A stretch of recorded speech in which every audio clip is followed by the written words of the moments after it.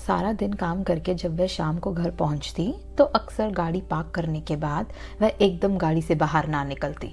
घर के अंदर ना जाकर वह 15 मिनट गाड़ी में ही बैठी रहती। ये उसका थकान उतारने का अपना ही एक तरीका था।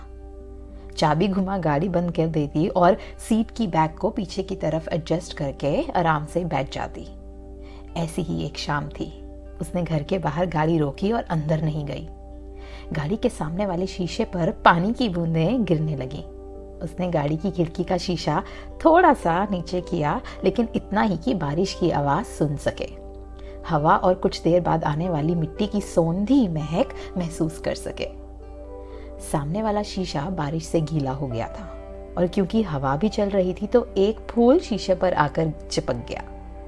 वह चाहती तो वाइपर चलाकर हटा भी सकती थी। वह उस फूल की मासूमियत को कुचलना नहीं जानती थी, इसलिए खिड़की का शीशा और नीचे किया और अपना हाथ बढ़ाकर फूल उठा लिया। उसे अपने किताबों के बीच में फूल रखने की आदत थी, इसलिए उसने इस फूल को संभाल कर रख लिया। उसके मन में एक ठहराव सा आ जाता था जब वह गाड़ी में ऐसे बैठती थी। ना किसी से आगे निकलने की होड़ और ना कुछ पीछे छूट जाने का डर, ना किसी को जवाबदेही और ना किसी का दोगलापन। ये वह समय होता जब वह चुप्पी की आवाज का एक एक शब्द सुन सकती। ये 15 मिनट एक मेडिटेशन जैसे थे उसके लिए, मन को स्थिर कर जाते थे। दरअसल कई बार खुद के अंदर एक शोर सुनाई देता है, विचारों का शोर, कुछ सवालों का शोर। कुछ एक को अनसुना करना होता है और उन्हें बस जाने देना होता है, लेकिन कुछ को तवज्जो देनी पड़ती है। अगर उन्हें अनसुना या अनदेखा कर दिया जाए तो वही शोर हमें बाहर से खामोश कर देते हैं। बस वही खामोशी कहीं सन्नाटे में ना तब्दील हो जाए, इसलिए वह उसे सुन उनके जवाब खोजने में लग जाती थी। उस 15 मिनट में जरूरी थे उसके लिए ये ठहराव के कुछ पल। वह उस अंदर की उठापटक को साफ से सुन पाती थी और खुद से रूबरू करवाती थी। उस कश्मकश से समझने की कोशिश करती थी कि जिंदगी को क्या मोड़ देना चाहिए, या अगर जिंदगी किसी मुकाम पर आकर रुक भी जाए पर ऐसा क्या किया जाए कि वो फिर से चलने लगे।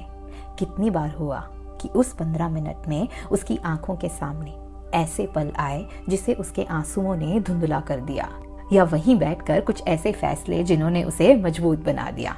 इन्हीं 15 मिनट में कभी उसने दिल की सुनी और कभी दिमाग से कुछ जिंदगी की पहेलियों को सुलझाया।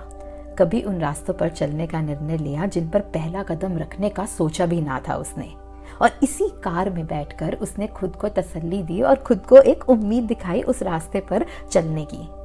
कभी अपनी नादानियों पर खुद ही हंसी और कभी कामयाबी पर खुद को ही शाबाशी दी। कभी अपनी गलतियों पर रिग्रेट करती और उन्हीं गलतियों से सीखकर आगे बढ़ती। ये वह समय होता जहां थोड़ी समझदारी होती और थोड़ा बचपना। ऐसी ही वो एक शाम थी जहां वह थी। खुद से खुद की मुलाकात जैसा था ये 15 मिनट उसके लिए। बारिश रुक गई थी, काले बादल छटने लगे थे। वह गाड़ी से बाहर निकली और घर की ओर कदम बढ़ा लिया। शुक्रिया, आप सुन रहे थे मेरी कहानी मुलाकात मेरे यानी मनप्रीत कौर के साथ।